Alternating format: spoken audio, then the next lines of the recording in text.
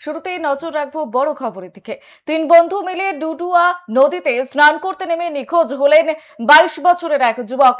বৃহস্পতিবার দুপুরে ঘটনাটি ঘটেছে ধূপগুড়ি ব্লকের আংরা ভাষা নেপালি বস্তি সংলগ্ন এলাকায়। নিখোঁজ যুবকের নাম রজত রায়, তিনি পূর্ব মল্লিক পাড়ার বাসিন্দা। স্থানীয় সূত্রে জানা গিয়েছে, বৃহস্পতিবার তিন বন্ধু আংরা ভাষা হাসপাতাল সংলগ্ন নদীতে স্নান করতে নামেন। আর স্নানের শেষে দুই বন্ধু ডাঙায় উঠে এলেও রজত আর ফিরে আসেননি। দীর্ঘক্ষণ অপেক্ষার পর তাকে না পেয়ে বন্ধুরা চিৎকার শুরু করলে স্থানীয় বাসিন্দারা ছুটে এসে খোঁজাখুঁজি শুরু করেন। পরে খবর পেয়ে ধূপগুড়ি থানার পুলিশ এবং সিভিল ডিফেন্সের উদ্ধারকারী দল ঘটনাস্থলে পৌঁছায়। সিভিল ডিফেন্সের কর্মীরা নদীতে টানা তল্লাশি চালালেও শেষ খবর পাওয়া পর্যন্ত নিখোঁজ যুবকের কোন রকম সন্ধান মেলেনি। এই ঘটনায় এলাকায় শোকের ছায়া নেমে এসেছে। ধূপগুড়ির দিকে এই মুহূর্তে নজর রয়েছে আমাদের। আপনাদের জানিয়ে রাখি, বন্ধুদের সঙ্গে স্নান করতে নেমে মর্মান্তিক দুর্ঘটনা। ডুডুয়া নদীতে নিখোঁজ 22 বছরের এক যুবক। তিন বন্ধু মিলে ডুডুয়া নদীতে স্নান করতে নেমেছিল এবং তারপরেই নিখোঁজ হয়ে যায় 22 বছরের এক যুবক। বৃহস্পতিবার দুপুরে ঘটনাটি ঘটেছে ধূপগুড়ি ব্লকের আংরা ভাষা নেপালি বস্তি সংলগ্ন এলাকায়। নিখোঁজ যুবকের নাম রজত রায়, তিনি পূর্ব মল্লিক পাড়ার বাসিন্দা।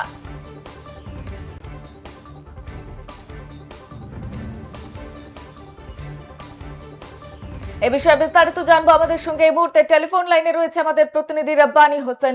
রব্বানী, ঠিক কি জানতে পারছো, নিখোঁজ যুবকের কোন রকম সন্ধান পাওয়া গিয়েছে কি?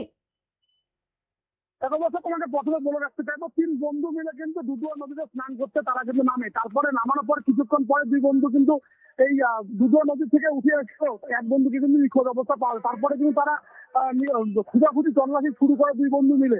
তারপরে যখন পাচ্ছিল না, তারপরে পাড়া প্রতিবেশী তাদেরকে সবাইকে ডাকে এবং ডাকার পরে খবর দেওয়া হয় ধূপগুড়ি থানায়। এবং ধূপগুড়ি থানায় খবর দেওয়ার পরে এনডিআরএফ এর টিম সেখানে কিন্তু পৌঁছায় এবং সেখানে পৌঁছানোর পর সেখানে কিন্তু তল্লাশি শুরু হয়। এটি কিন্তু এই ঘটনা ছড়িয়ে পড়তে এটা কিন্তু চাঞ্চল্য তৈরি হয়েছে যে কিভাবে এই একজন যুবক নিখোঁজ হয়ে গেছে, সেটা কিন্তু খোঁজার জন্য একটা হিড়িক পড়ে যায় সেই এলাকায়। তারপরে কিন্তু ঘটনাস্থলে এনডিআরএফ এর টিম যায়। তারপরে প্রায় 1.5 থেকে 2 ঘন্টা তল্লাশি করার পরে সেই যুবকের কিন্তু মৃতদেহ উদ্ধার হয়, যেমনটা পুলিশ সূত্রে খবর হয়েছে। তারপরে সেই মৃতদেহ ঘটনাস্থল থেকে ধূপগুড়ি থানায় নিয়ে আসা হয় এবং আজ কিন্তু সেই মৃতদেহকে ময়নাতদন্তের জন্য জলপাইগুড়িতে পাঠানো হয়েছে। বর্ষা।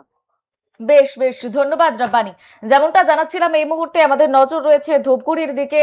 ঠিক যে খবরের দিকে নজর রয়েছে আমাদের স্থানীয় সূত্রে জানা যাচ্ছে, বৃহস্পতিবার তিন বন্ধু আংরা ভাষা হাসপাতাল সংলগ্ন নদীতে স্নান করতে নামেন। আর স্নানের শেষে দুই বন্ধু ডাঙায় উঠে এলেও রজত আর ফিরে আসেননি। দীর্ঘক্ষণ অপেক্ষার পর তাকে না পেয়ে বন্ধুরা চিৎকার শুরু করলে স্থানীয় বাসিন্দারা ছুটে এসে খোঁজাখুঁজি শুরু করে।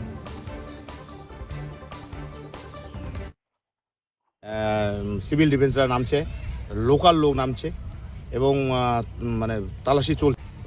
ওদের কলেজে পড়ে করতে নামছে। দুজন তো আসেই এখানে। কতক্ষণ আগে তলিয়ে গেছে? 1 ঘন্টা, প্রায় 1 ঘন্টা হয়ে যাচ্ছে। এখনো পাওয়া যায়নি। বললাম, এত দূর তোরা স্নান করতে আসলো কেন?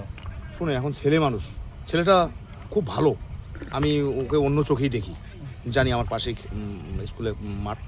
কিন্তু ছেলেটা আজকে এখানে কি কারণে আসছে, কি জন্য আসছে, তারা এখানে কেউ কেউ প্রশ্ন করছে ড্রিঙ্ক করতে আসছে।